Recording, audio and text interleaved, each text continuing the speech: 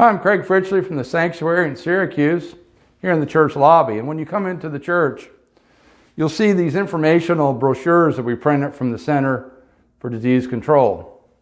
Because we want people to have good information so that they stay healthy.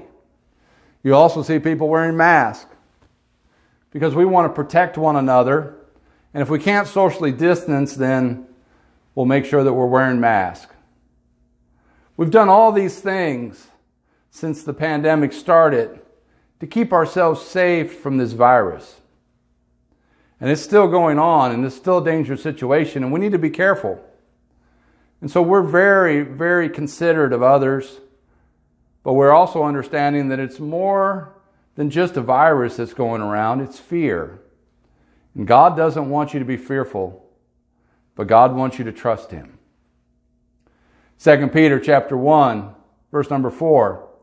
It says, "Whereby we are given unto us exceeding great and precious promises, that by these we might be partakers of the divine nature, having escaped the corruption that is in the world through lust."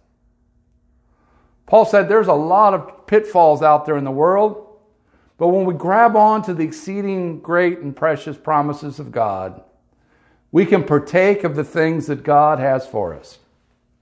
So we try to keep ourselves safe physically, but we also want to make sure that we take care of ourselves spiritually. Because my friend, you can go to heaven and not have one hand or not have one eye.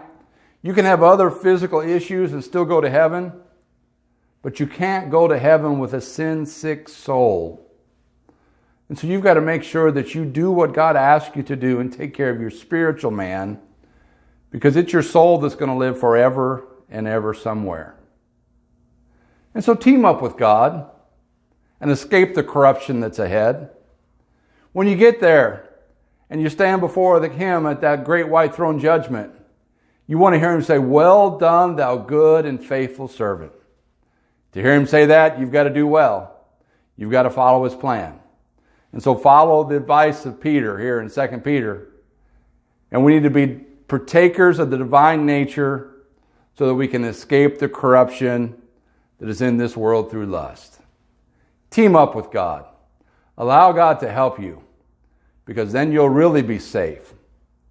You'll be safe physically, and you'll also be safe spiritually, because God will lead you and guide you and direct you each and every step along the way. Please share these with others. Thank you for being with us today, and join us for tomorrow's daily devotional.